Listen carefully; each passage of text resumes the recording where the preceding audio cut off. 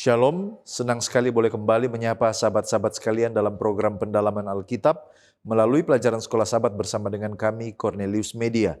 Kita sudah tiba di pelajaran yang keempat dengan tema Bangsa-Bangsa bagian 1. Kembali kami mengingatkan, mari mempersiapkan diri dengan mempelajari pelajaran Sekolah Sahabat di tempat kita masing-masing. Saya Pendeta Edo Tariwongso bersama dengan Pendeta Felix Gosal dan Pendeta Widodo Purwanto yang akan memandu dalam diskusi pendalaman Alkitab kita pada kesempatan ini. Sebelum kita masuk, mari kita tunduk kepala dan kita berdoa. Bapa Tuhan kami Allah yang Maha Baik, kami bersyukur untuk kasih setiamu, kami bersyukur untuk pertolonganmu, dan kami bersyukur oleh karena janjimu Engkau akan menolong kami ketika kami membaca mempelajari firman-Mu. Urapi kami, berikan kami pengertian. Di dalam nama Yesus kami sudah berdoa. Amin. Saudaraku, kami mengingatkan bahwa ada 4 bagian dalam program ini. Yang pertama, kita melihat dasar Alkitabiah pelajaran sepanjang pekan ini. Yang kedua, kita mencoba menggali makna dari ayat hafalan. Yang ketiga, pokok-pokok pikiran yang muncul dari hari per hari. Dan di bagian akhir kita tiba kepada aplikasi. Mari kita lihat beberapa dasar Alkitabiah. Kejadian 10 ayat 1-12. Bagian ini mencatat keturunan Nuh yang tersebar menjadi berbagai bangsa, termasuk Nimrod yang menjadi tokoh kerajaan pertama dan membangun kota-kota besar seperti Babel dan Nineve. Lalu ada Kejadian 12 ayat 1-9. Tuhan memanggil Abram untuk meninggalkan negerinya dan menjanjikan ada berkat besar melalui keturunannya yang akan menjadi bangsa besar dan berkat bagi semua bangsa. 1 Samuel 8 ayat 4-18. Umat Israel meminta raja seperti bangsa-bangsa lain dan mereka menolak pemerintahan Allah secara langsung. Tuhan memperingatkan bahwa raja akan menindas mereka, tapi umat ini tetap bersikeras. Kita ke perjanjian baru, ada Matius 20 ayat 25-28. Yesus mengajar bahwa kepemimpinan sejati bukanlah memerintah dengan tangan besi seperti bangsa-bangsa, melainkan melayani seperti Dia yang datang untuk melayani dan memberikan nyawanya sebagai tebusan.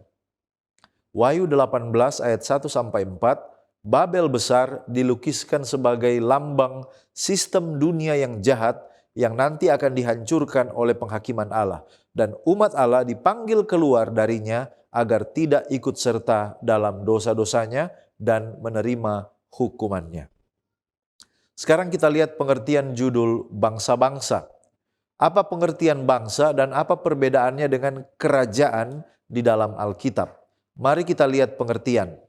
Bangsa adalah kelompok manusia dengan kesamaan keturunan, bahasa, wilayah, dan budaya.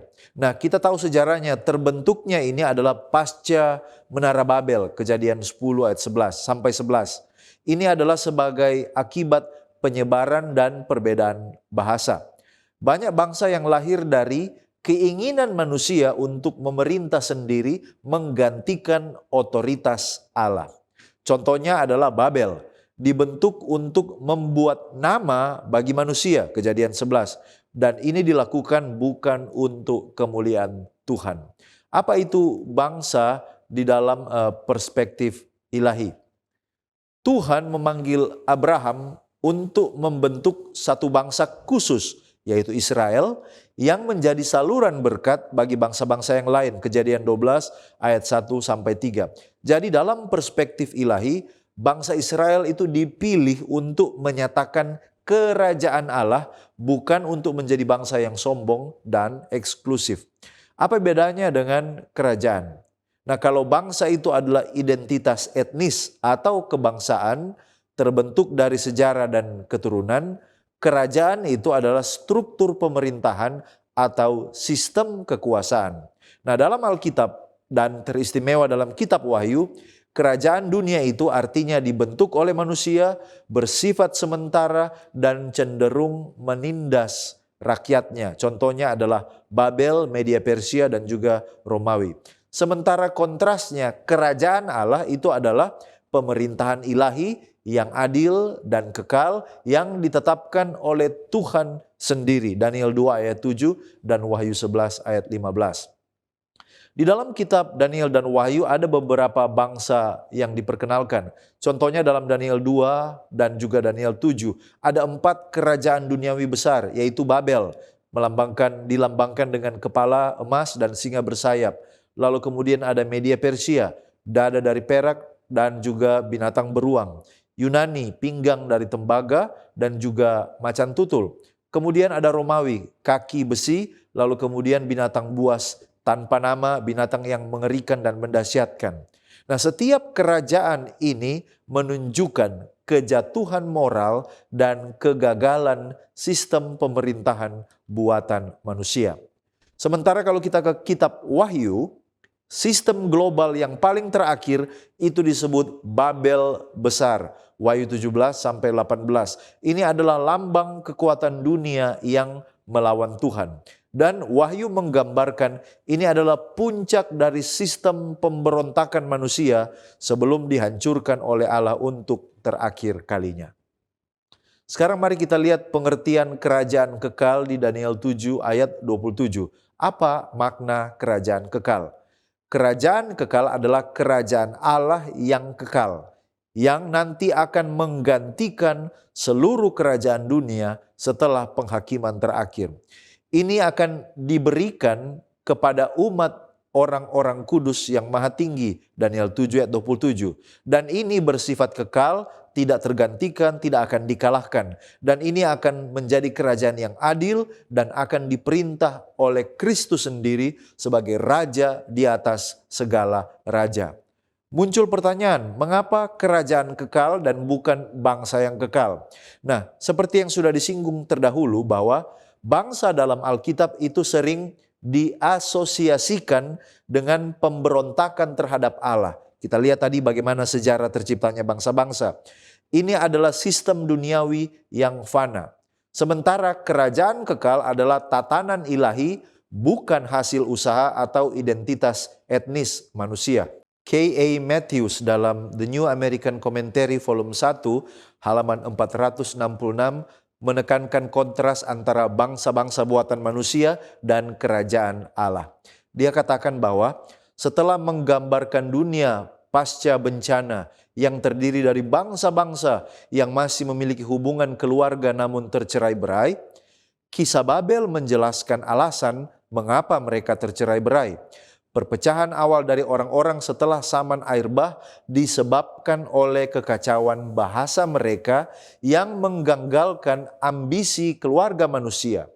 Kisah ini memberikan kontras yang mencolok antara pendapat manusia tentang pencapaian diri mereka sendiri dan sudut pandang Tuhan tentang upaya-upaya semacam itu. Kerjasama manusia ketika didorong oleh otonomi dan diarahkan untuk kepentingan diri sendiri ditunjukkan oleh kisah ini sebagai keangkuhan yang dangkal dan pada akhirnya tidak berdaya. Kita datang pada ayat hafalan Daniel pasal 7 ayat 14. Lalu diberikan kepadanya kekuasaan dan kemuliaan dan kekuasaan sebagai raja. Maka orang-orang dari segala bangsa, suku bangsa, dan bahasa mengabdi kepadanya. Kekuasaannya ialah kekuasaan yang kekal, yang tidak akan lenyap, dan kerajaannya ialah kerajaan yang tidak akan musnah. Mari kita lihat pengertian ayat inti kita. Apa kisah yang mendahului atau menjadi latar belakang dari teks kita pada saat ini? Nah, saudaraku yang terkasih, Matius atau Daniel pasal 7 ini adalah catatan tentang penglihatan Daniel tentang 4 binatang, yaitu singa, kemudian beruang, macan tutul, dan binatang keempat, binatang yang mengerikan. Ini adalah lambang-lambang dari kerajaan-kerajaan dunia, yaitu Babylon, kemudian Media Persia, kemudian Yunani, dan Roma. Nah, Roma atau binatang yang keempat ini memiliki 10 tanduk, dan kemudian muncul satu tanduk kecil yang melambangkan kuasa religio-politik yang menentang Allah. Nah, dari sini kemudian penglihatan itu beralih ke takhta penghakiman surgawi, menggambarkan tentang sidang penghakiman sebelum kedatangan Yesus yang kedua, yaitu sidang yang kita kenal dengan penghakiman investigasi. Nah, saudaraku yang terkasih di dalam Yesus Kristus, setelah peristiwa ini atau pandangan ini, maka muncullah anak manusia yang menerima kekuasaan kekal dari yang lanjut usia. Nah, kalau begitu, siapanya yang selalu disebutkan di dalam nats ini? Nah, saudaranya di dalam ayat ini merujuk kepada anak manusia, yaitu Yesus Kristus sendiri. Di dalam konteks Alkitab, istilah anak manusia adalah gelar Kristus yang sering digunakan oleh Yesus untuk dirinya sendiri. Di dalam The Great Controversy halaman 479 dikatakan bahwa dalam penglihatan Nabi Daniel, Kristus digambarkan datang kepada yang lanjut usianya di surga untuk menerima kuasa dan kemuliaan dan kerajaan. Nah, kalau begitu siapa yang memberi di dalam frase lalu diberikannya? Nah, saudara, yang memberikan otoritas kepada anak manusia, kepada Yesus adalah yang lanjut usianya. Siapa yang lanjut usianya? Yang lanjut usianya ini adalah Allah Bapa itu sendiri. Nah, kalau begitu, apa pengertian kekuasaan dan kemuliaan dan kekuasaan sebagai raja? Saudaraku yang terkasih, frase ini berarti bahwa Kristus diberikan otoritas penuh untuk memerintah sebagai raja di atas segala sesuatu. Di dalam Early Writings halaman 55-56 dikatakan bahwa ketika ia naik ke tempat yang tinggi, ia mengambil posisi sebagai penasihat, kemudian sebagai hakim dan raja. Nah, saudaraku, ketiga istilah yang muncul di dalam ayat ini adalah sesuatu yang menekankan otoritas penuh dan universal yang diberikan kepada Kristus. Ranko Stefanovic menjelaskan bahwa kata kekuasaan atau dominion menunjukkan otoritas untuk memerintah. Kemudian kemuliaan, glory, mengacu pada manifestasi kebesaran dan keagungan ilahi, sedangkan kekuasaan sebagai raja, kingdom, menunjukkan wilayah pemerintahannya atau dominasinya atas segala sesuatu. Nah, kemudian apa pengertian bangsa-bangsa, suku bangsa, dan bahasa mengabdi kepadanya? Nah, saudara, frase ini menunjukkan universalitas kerajaan Kristus yang melampaui batasan etnis, budaya, dan geografis. Mervyn Maxwell di dalam God Cares menekankan bahwa ungkapan ini menunjukkan bahwa kerajaan Kristus bukan hanya untuk satu kelompok etnis tertentu, tetapi terbuka bagi semua orang dari segala latar belakang yang menerima pemerintahannya. Doukan mencatat bahwa penggunaan tiga istilah itu menekankan inklusivitas. Artinya, semua latar budaya, bahasa, dan etnis akan mengakui pemerintahan Kristus. Ron Buat di dalam Christ Subject Lesson halaman 283 mengatakan semua orang yang telah memilih pelayanannya akan menjadi subjek dari kerajaannya. Nah, kalau begitu, mengapa kekuasaannya tidak akan musnah dan lenyap? Nah, saudaraku yang terkasih, kekekalan kekuasaan Kristus berakar pada sifat ilahinya dan janji-janji Allah yang tidak dapat dibatalkan. William Shea, seorang teolog Advent, dia menulis tentang Daniel dan dia menjelaskan bahwa perbedaan dengan kerajaan-kerajaan atau berbeda dengan kerajaan-kerajaan duniawi yang digambarkan sebagai binatang buas yang akhirnya akan binasa, kerajaan Kristus kekal karena berasal dari Allah sendiri yang adalah kekal. Sekarang kita berpindah kepada pokok pembahasan Nimrod dan Niniwe. Siapakah Nimrod dan apa yang diperbuat Nimrod? Serta apakah Niniwe dan pelajaran pentingnya? Secara silsilah yang tercatat dalam Kejadian pasal 10, Nimrod adalah anak dari Kus. Ayat 8 menyatakannya. Kus sendiri adalah putra dari Ham, anak Nuh. Jadi Nimrod adalah cucu dari Ham dan cicit dari Nuh. Ayat 8-12, Kejadian pasal 10 mendeskripsikan singkat pribadi Nimrod. Dialah yang mula-mula sekali orang yang berkuasa di bumi. Ia seorang pemburu yang gagah perkasa di hadapan Tuhan. Mula-mula kerajaannya terdiri dari Babel, Erek, dan Akad. semuanya di tanah Sinear. Dari negeri itu ia pergi ke Asyur lalu mendirikan Niniwe, Rehobot-Ir, Kalah dan Resen di antara Niniwe dan juga Kalah. Itulah kota besar itu. Seventh Day Adventist Bible Commentary volume 1 halaman 275 sampai 276 memberikan komentar tentang siapa Nimrod dan apa yang diperbuatnya.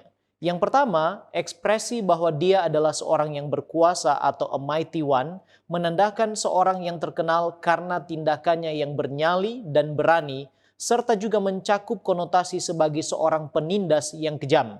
Yang kedua, arti nama Nimrod, he shall rebel, atau dia akan memberontak. Ini mengindikasikan bahwa ekspresi seorang pemburu yang gagah perkasa di hadapan Tuhan tidak dalam arti yang baik untuk bertindak selaras dengan kehendak Tuhan, sebaliknya melawan atau memberontak terhadap Tuhan. Yang ketiga ada ekspresi mula-mula kerajaannya, mengindikasikan awal dari kekuasaannya, dan dikatakan Nimrod muncul dalam daftar bangsa-bangsa sebagai pencipta imperialisme. Di bawah kendalinya masyarakat beralih dari bentuk patriarki ke bentuk monarki atau kerajaan. Dan juga dikatakan ia adalah orang pertama yang disebutkan dalam Alkitab sebagai kepala dari sebuah kerajaan. Dan kerajaan pertamanya, Babel, mengindikasikan sebuah perlawanan, pemberontakan atau pertentangan dengan Allah. Dengan demikian, secara sederhana bisa disimpulkan bahwa Nimrod, ia dikenal sebagai seorang yang pemberani dan suka melakukan kekejaman. Dia mendirikan kerajaan untuk menguasai bangsa-bangsa, dia menyembah berhala dan memberontak terhadap Allah, menentang juga melawan Allah. Sekarang mengenai Niniwe. Niniwe dikenal sebagai ibu kota dari kerajaan Asyur yang juga didirikan oleh Nimrod. Bible komentari kita dari volume dan halaman yang sama menyebutkan bahwa orang-orang Asyur menyebut Niniwe Ninua, yang tampaknya mendedikasikan kota itu bagi Dewi Babylon yang namanya Nina. Artinya Nimrod terus menyebarkan pemberontakan dan perlawanan terhadap Allah.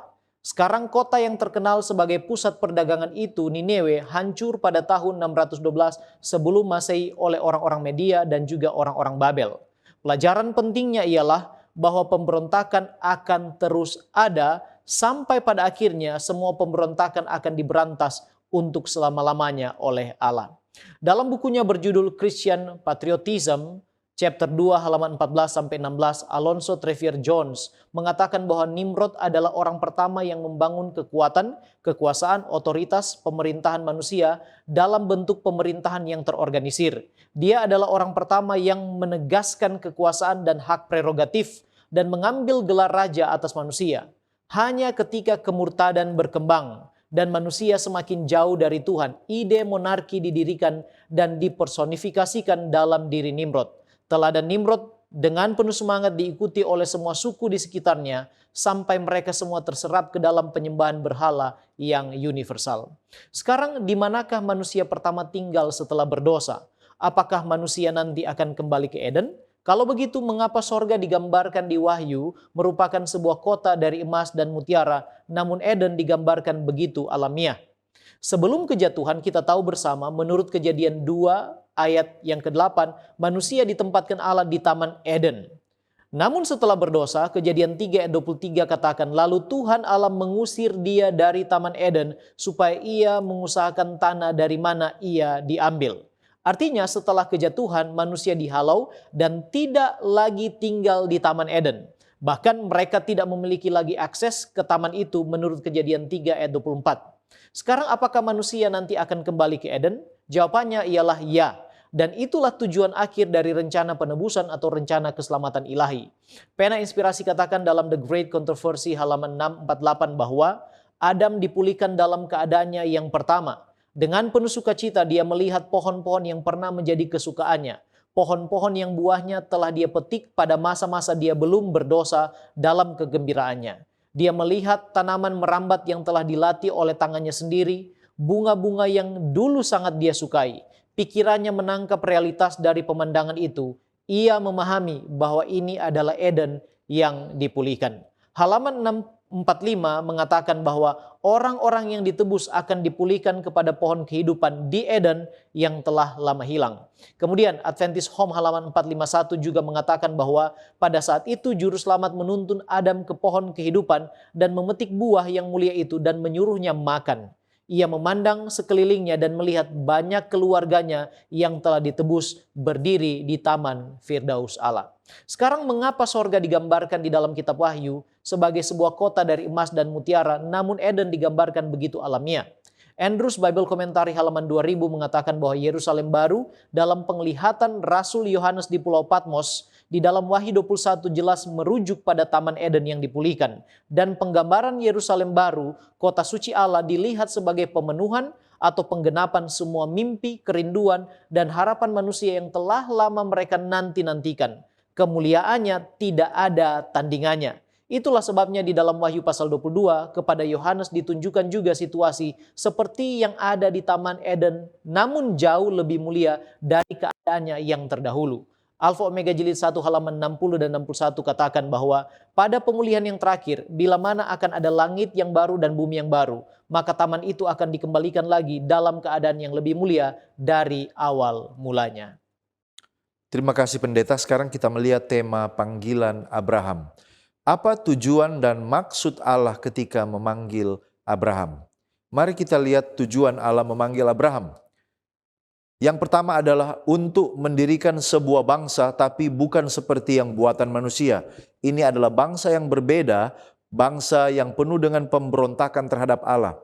Yang Allah maksudkan adalah bangsa yang nanti berasal dari Abraham, ini akan menjadi bangsa yang saluran berkat bagi semua keluarga di bumi. Kejadian 12 ayat 3. Dan tujuannya adalah untuk menunjukkan apa yang terjadi kalau manusia kembali kepada penciptanya.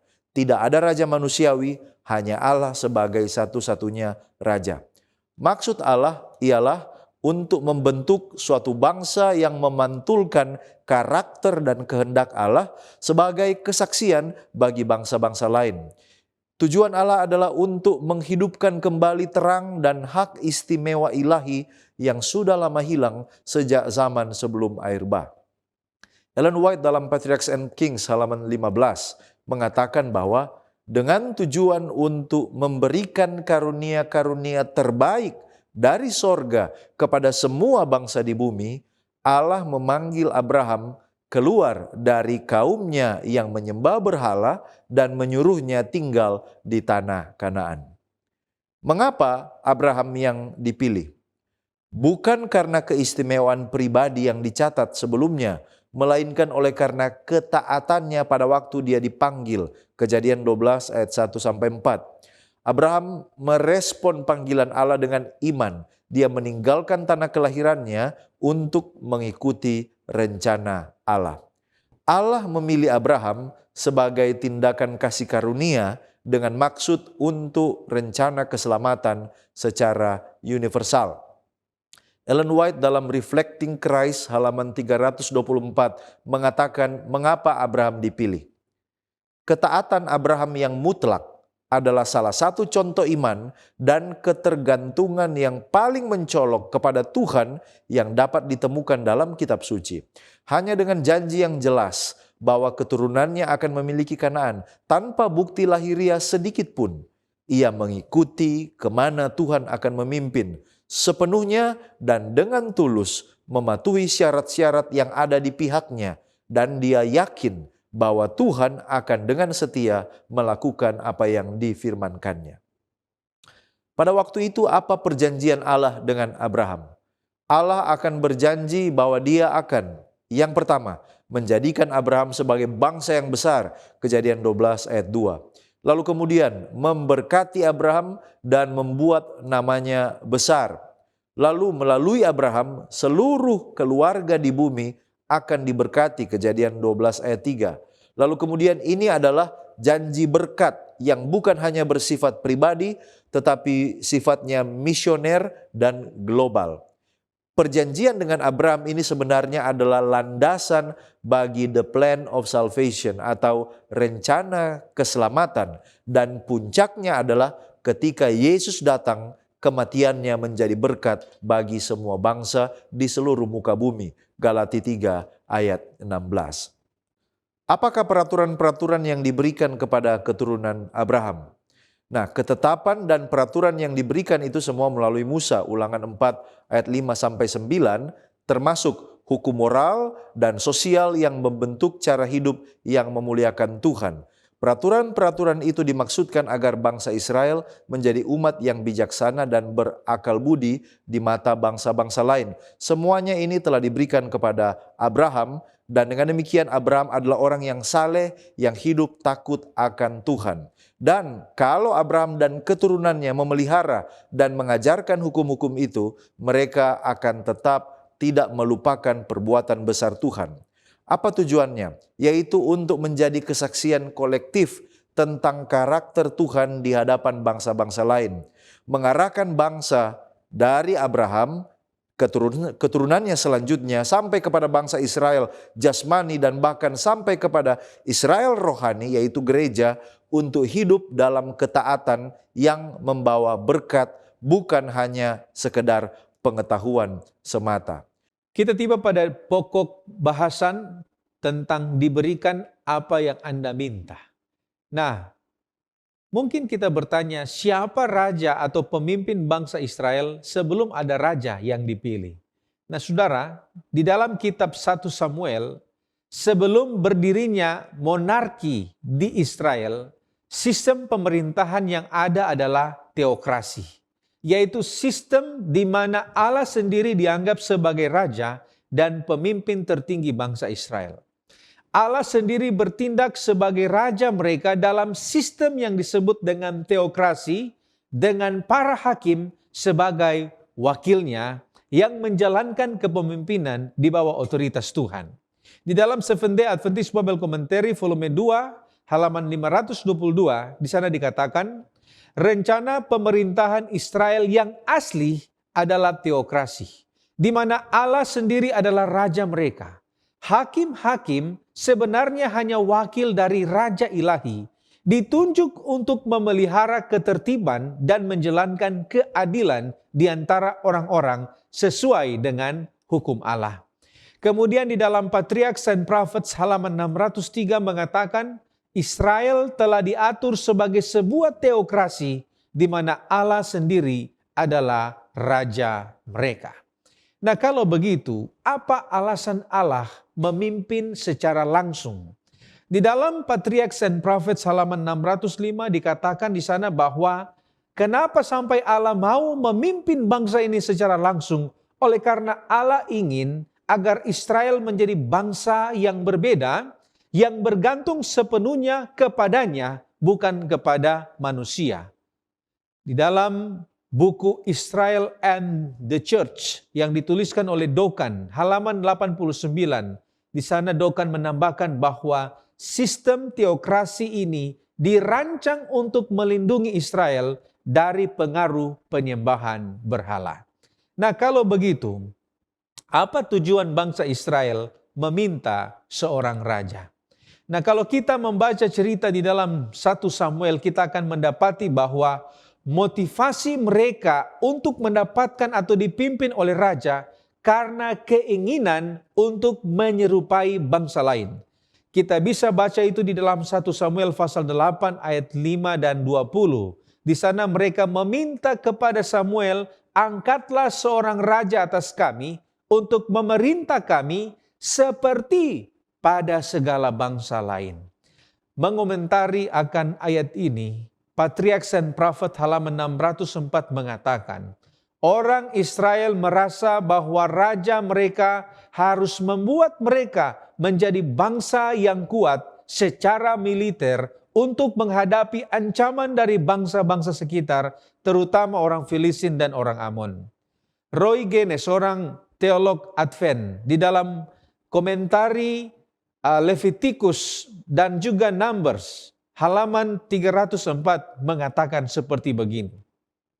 Permintaan raja juga mencerminkan kegagalan Israel untuk memahami keistimewaan dan tanggung jawab mereka sebagai bangsa yang dipilih oleh Allah.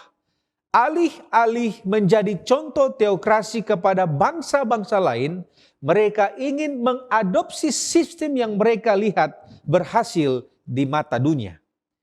Ellen G. White di dalam Para Nabi dan Bapa volume 2 halaman 208 mengatakan, tertarik oleh pertunjukan dan kemegahan daripada raja-raja kafir itu, mereka merasa jemu dengan kesederhanaan mereka. Dan di dalam buku Patriarchs and Prophets halaman 605 di sana dikatakan, mereka ingin menjadi seperti bangsa-bangsa di sekitarnya. Mereka tidak mempercayai pemeliharaan Allah. Jadi sangat jelas. Pada saat mereka meminta raja, oleh karena mau sama seperti bangsa-bangsa yang ada di sana. Tetapi di satu sisi, ini adalah sebuah sikap di mana mereka tidak lagi percaya Allah sebagai raja mereka. Nah, kalau begitu, mengapa Allah mengizinkan ada raja dan kemudian memilih seorang raja? Dan kemudian, mengapa pada akhirnya raja yang dipilih Tuhan ternyata adalah raja yang tidak baik? Nah, saudara-saudaraku yang terkasih, Allah mengizinkan mereka dan kemudian menunjuk Saul menjadi raja pertama, itu karena Allah menghargai kehendak bebas umatnya. Tetapi di dalam proses ini kita harus paham bahwa Allah tetap aktif terlibat di dalam pemilihan Saul sebagai bentuk pengawasan ilahi. Meskipun demikian, dengan memberikan raja, Allah ingin membuktikan bahwa bahkan sistem manusia sekalipun tidak akan membawa kebahagiaan sejati kepada bangsa ini. Allah kemudian memilih raja yang pertama, Saul, dan juga memilih raja-raja berikutnya seperti Daud, kemudian Salomo, untuk menunjukkan bahwa kepemimpinan manusia bisa gagal. Kita bisa lihat contohnya Daud. Daud adalah raja yang dikenang sepanjang sejarah orang Israel. Tetapi Daud pernah gagal dalam banyak hal. Dan ini menunjukkan bahwa tidak ada pemimpin manusia yang sempurna selain Tuhan itu sendiri. Mervyn Maxwell di dalam God Cares, volume 1 halaman 210, mengatakan bahwa kegagalan raja-raja Israel mengarah pada pengharapan Mesias, raja sejati yang akan datang. Raja ideal yang dijanjikan akhirnya adalah Kristus itu sendiri. Terima kasih pendeta. Sekarang kita akan membahas pokok pembahasan para penguasa bangsa-bangsa lain. Dalam konteks pelajaran sekolah sahabat, mengapa bangsa dan pemimpinnya baik bangsa Israel atau yang lainnya tidak percaya Allah padahal Allah yang mengangkat penguasa? Dalam konteks bangsa Israel, permintaan mereka untuk mengangkat seorang raja bagi mereka sesungguhnya merupakan sikap penolakan terhadap pemerintahan Allah. 1 Samuel 8 ayat 7 mengatakan Tuhan berfirman kepada Samuel, dengarkanlah perkataan bangsa itu dalam segala hal yang dikatakan mereka kepadamu, sebab bukan engkau yang mereka tolak, tetapi akulah yang mereka tolak, supaya jangan aku menjadi raja atas mereka. Dalam hal ini Allah tahu bahaya yang ada di depan atas tindakan mereka. Masalah yang paling mendasar mengapa para pemimpin bangsa termasuk bangsa Israel tidak percaya Allah ialah masalah hati. Yeremia 17 ayat 9 mengatakan betapa liciknya hati, lebih licik daripada segala sesuatu. Hatinya sudah membatu, siapakah yang dapat mengetahuinya?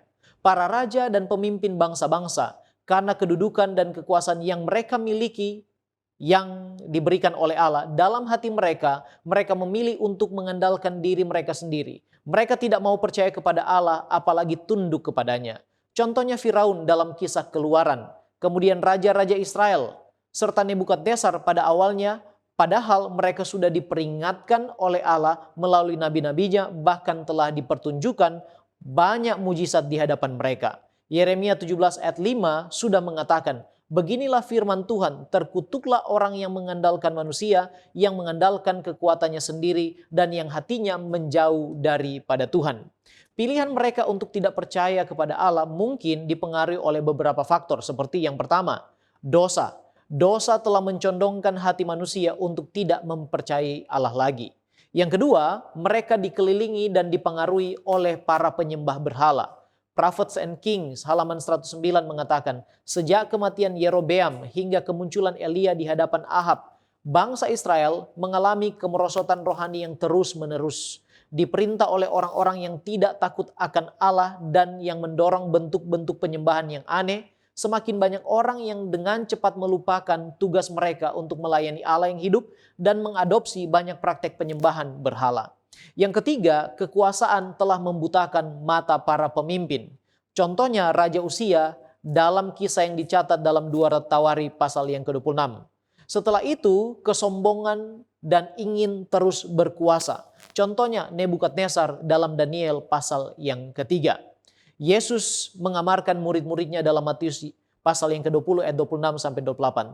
Tidaklah demikian di antara kamu, barang siapa ingin menjadi besar di antara kamu, hendaklah ia menjadi pelayanmu, dan barang siapa ingin menjadi terkemuka di antara kamu, hendaklah ia menjadi hambamu. Sama seperti Anak Manusia datang bukan untuk dilayani, melainkan untuk melayani dan untuk memberikan nyawanya menjadi tebusan bagi banyak orang.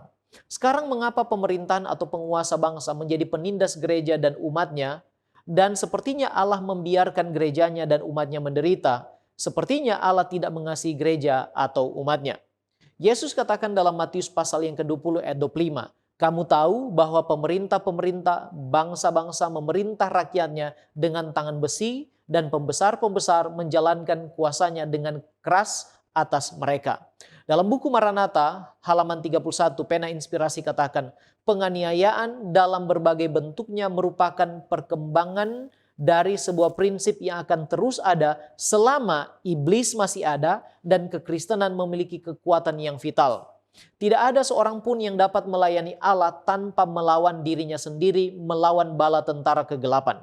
Itulah sebabnya Rasul Paulus mengatakan dalam Efesus 6 ayat yang ke-12, karena perjuangan kita bukanlah melawan darah dan daging, tetapi melawan pemerintah-pemerintah, melawan penguasa-penguasa, melawan penghulu-penghulu dunia yang gelap ini, melawan roh-roh jahat di udara. Jadi bukti sejarah jelas tentang para penguasa bangsa yang menindas gereja dan umat Allah. Namun setanlah yang berada di balik semua itu.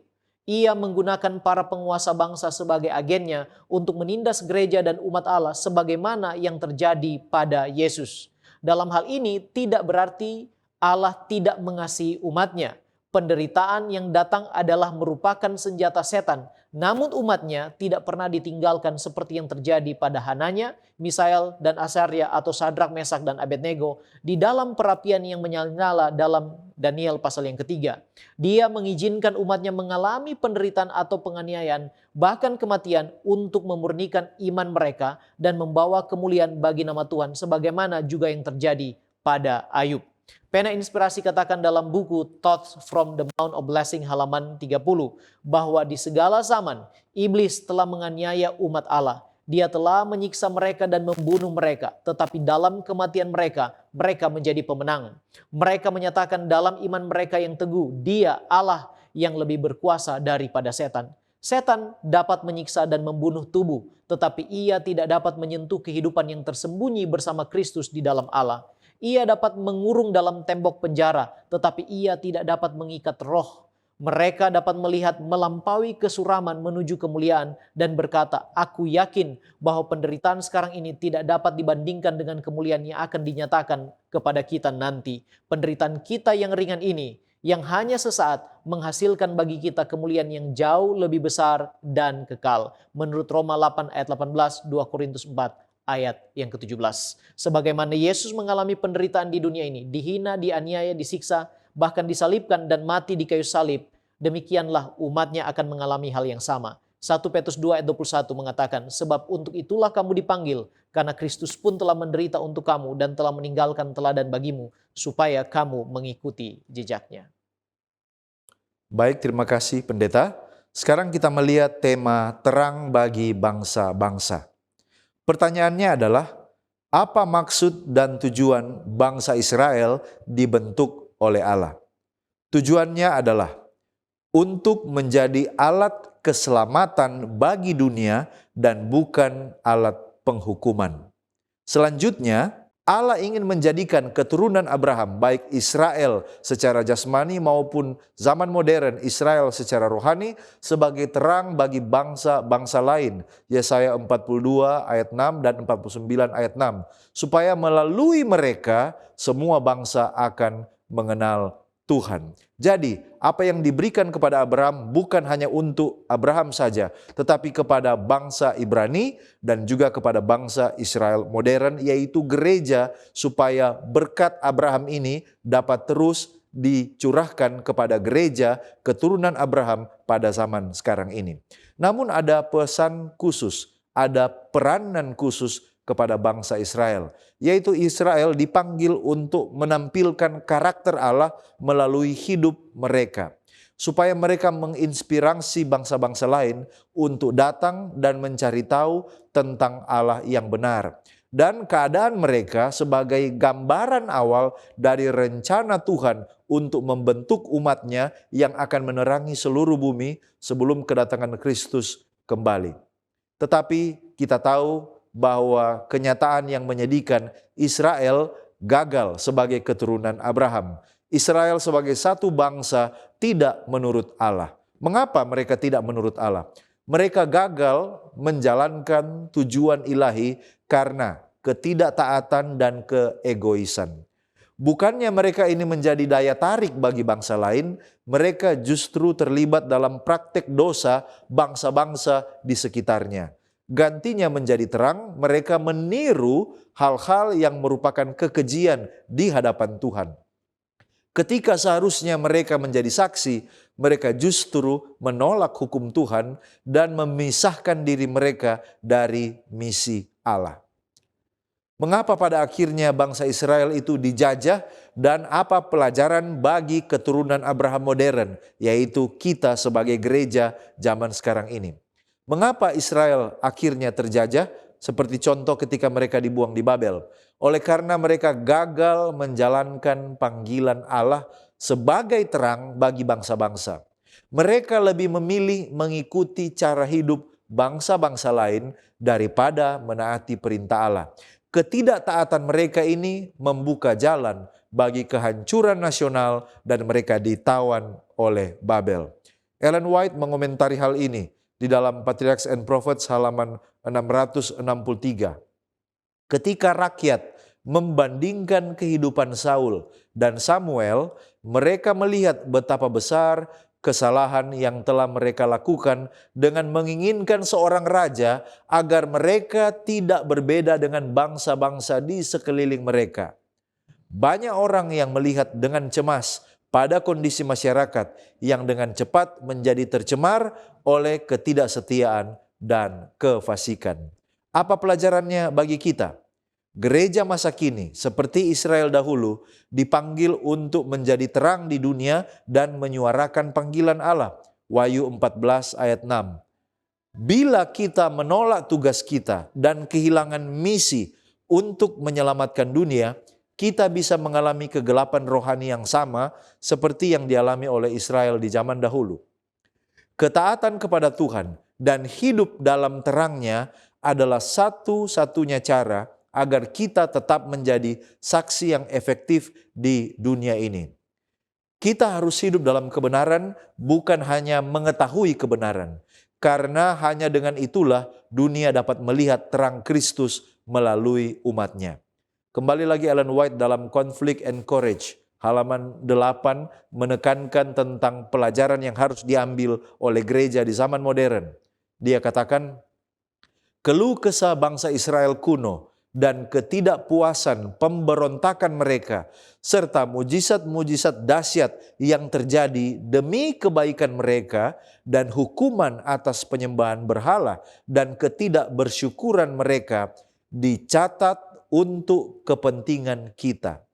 Teladan Israel kuno diberikan sebagai peringatan bagi umat Allah agar mereka dapat menghindari ketidakpercayaan dan luput dari murkanya.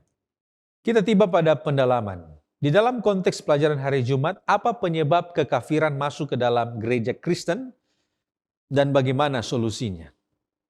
Nah, saudaraku yang terkasih, ada beberapa penyebab kekafiran masuk ke dalam gereja Kristen. Yang pertama itu terjadi oleh karena ada kompromi dengan budaya sekuler, di mana gereja mengadopsi praktek dan ajaran kafir. Itu yang membuat sehingga kekafiran itu masuk ke dalam gereja Kristen. Kemudian yang kedua, kekuasaan politik dan gereja. Masuknya kekristenan ke dalam lingkup politik mengubah prioritas gereja yang awalnya adalah spiritual menjadi politis. Yang ketiga, ada bentuk materialisme dan kemewahan dunia di dalam gereja. di mana fokus gereja pada kekayaan dan kemewahan, dan ini mengalihkan hati mereka daripada Tuhan. Kemudian yang keempat adalah liberalisme teologis. Liberalisme teologis ini adalah ancaman besar bagi gereja Kristen yang mulai meragukan kebenaran Alkitabiah dan kemudian menggantinya dengan tradisi dan pandangan manusia. Nah, kalau begitu apa solusinya? Yang pertama adalah menolak kompromi dengan dunia. The Great Controversy halaman 45 mengatakan tidak ada persatuan antara penguasa terang dan penguasa kegelapan. Kemudian yang kedua, bagaimana solusinya adalah kembali kepada kesederhanaan dan kebenaran Kristus. Kisah Para Rasul halaman 565 mengatakan, kesederhanaan dan penyengkalan diri Kristus harus dibangkitkan kembali di dalam gereja. Yang ketiga, reformasi dan pembaharuan. Umat Tuhan harus mengalami pembaharuan pribadi yang memurnikan hati. Dan yang keempat, solusi yang keempat adalah kita harus membandingkan segala ajaran dengan firman Tuhan. Seperti orang Berea di dalam Kisah Para Rasul pasal 17, kita juga harus menyelidiki kitab suci setiap hari. Nah, kalau begitu mungkin kita bertanya, apa yang membahayakan gereja dan umatnya saat ini? Ada beberapa hal yang dapat membahayakan gereja dan umat Kristen saat ini. Yang pertama adalah formalisme agama. Apa ini formalisme agama? Seventh-day Adventist Bible Commentary volume 7 halaman 815 mengatakan bahaya terbesar bagi gereja bukan penganiayaan tetapi formalisme. Mempertahankan bentuk kesalehan tetapi menyangkal kuasanya. Itu adalah formalisme agama. Dia pergi ke gereja hanya karena formalitas. Dia pergi masuk gereja oleh karena dia tahu itu hari Sabat, tetapi itu tidak membawa sukacita, itu tidak mengubah hatinya. Dia kasih perpuluhan karena formalitas, tetapi itu tidak menyentuh hatinya dan hubungannya dengan Tuhan. Yang kedua, tadi yang pertama formalisme agama. Yang kedua, kehilangan identitas dan misi. Di dalam Journal of Adventist Studies, volume 14 halaman 2000, volume 14 halaman 45 tahun 2018, di sana dikatakan bahwa tantangan terbesar bagi umat Adventist saat ini adalah mempertahankan identitas profetiknya sambil tetap relevan dalam budaya yang berubah dengan cepat. Ini adalah tantangan saat ini. Bagaimana kita dapat menjalankan misi dan tahu identitas kita di akhir zaman ini. Kemudian yang ketiga adalah individualisme dan hilangnya rasa komunitas. Jadi ini adalah tantangan yang kita alami saat ini. Di dalam majalah Ministry, bulan Oktober tahun 2010 halaman 14. Dikatakan bahwa individualisme spiritual yang ekstrim mengancam kesatuan gereja dan melemahkan kesaksian kolektifnya. Semakin banyak orang yang hidup secara individualisme, hidup sendiri-sendiri. Tidak suka dengan komunitas, pergi gereja, sesudah pergi gereja, pulang gereja. Tidak ada rasa kebersamaan, tidak ada rasa komunitas. Hilangnya rasa komunitas, ini dapat membawa gereja kepada masalah. Yang keempat, pemimpin yang tidak setia. Ellen G. White memperingatkan bahwa pemimpin gereja yang tidak setia dapat membawa umat kepada kehancuran. Mereka yang tidak hidup dalam kesalehan dan ketaatan kepada firman Tuhan akan menyesatkan umat. Itu ditulis di dalam Testimonies for the Church volume 5 halaman 148. Dan yang terakhir, apa yang dapat menghancurkan gereja saat ini adalah ketergantungan pada struktur bukan kepada Roh Kudus. Institusionalisme dan kekuasaan di dalam gereja mengancam terjadinya kesombongan organisasi.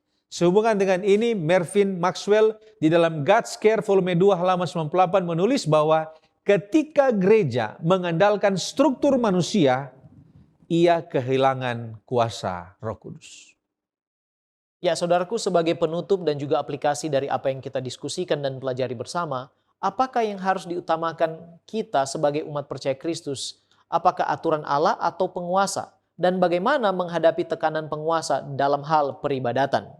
Kisah Para Rasul pasal 5 ayat 29 katakan, kita harus lebih taat kepada Allah daripada kepada manusia. Prinsip yang harus diutamakan setiap umat percaya yaitu lebih taat kepada perintah Allah daripada perintah atau aturan penguasa. Dalam prakteknya, selama aturan pemerintah atau penguasa tidak bertentangan dengan aturan dan firman Allah, maka kita harus taat.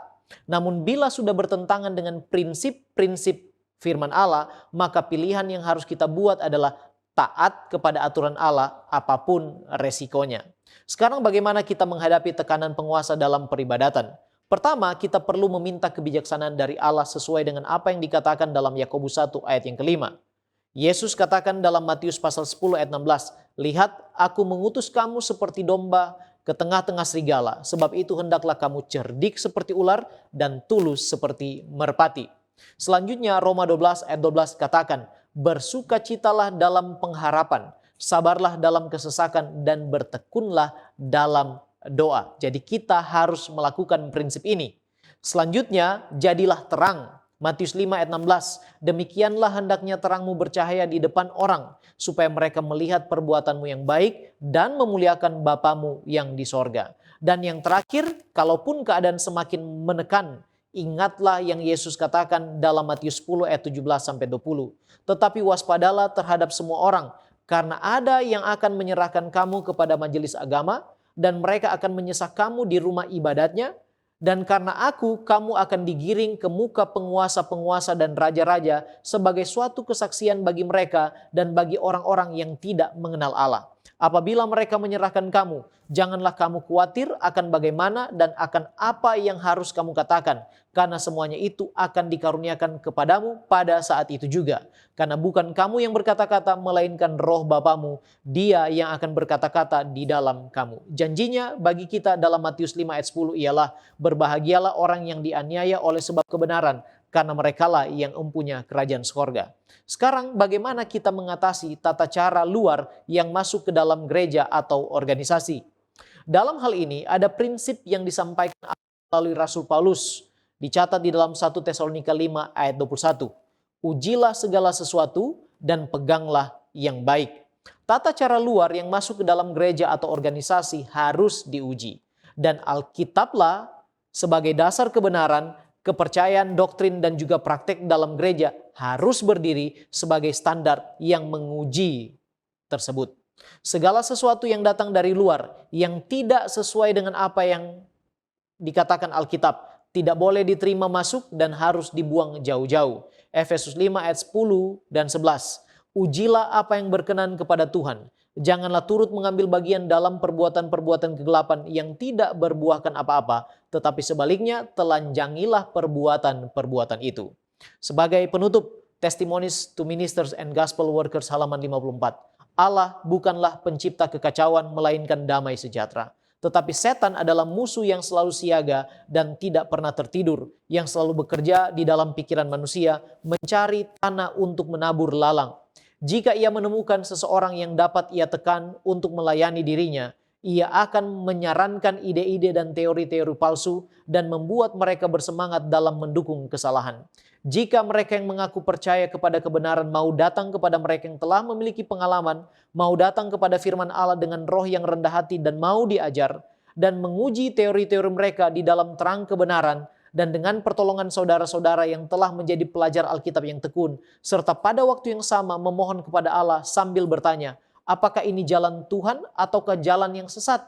Kemana setan mau menuntun saya? Maka mereka akan menerima terang dan akan melepaskan diri dari jeratnya. Mereka akan menerima terang dan akan lepas dari jerat si penipu. Mari kita tunduk kepala dan kita satu dalam doa. Terpujilah namamu ya Tuhan Allah kami. Terima kasih untuk kesempatan dan kasih karunia-Mu. Kami boleh belajar kembali akan kebenaran firman-Mu. Kiranya apa yang telah kami diskusikan dan pelajari bersama, Tuhan meteraikan di hati dan pikiran kami. Oleh pertolongan Roh Kudus, dapat kami aplikasikan dan bagikan kepada sesama kami. Bapa di sorga, berkatilah kami yang lemah dan berdosa ini. Ampunilah kami, sucikan kami, dan bantu kami untuk tetap setia sampai Maranatha tiba. Berkati kami semua ya Bapa, kami berdoa, mengucap syukur, dalam nama Yesus Juru Selamat kami. Haleluya. Amin.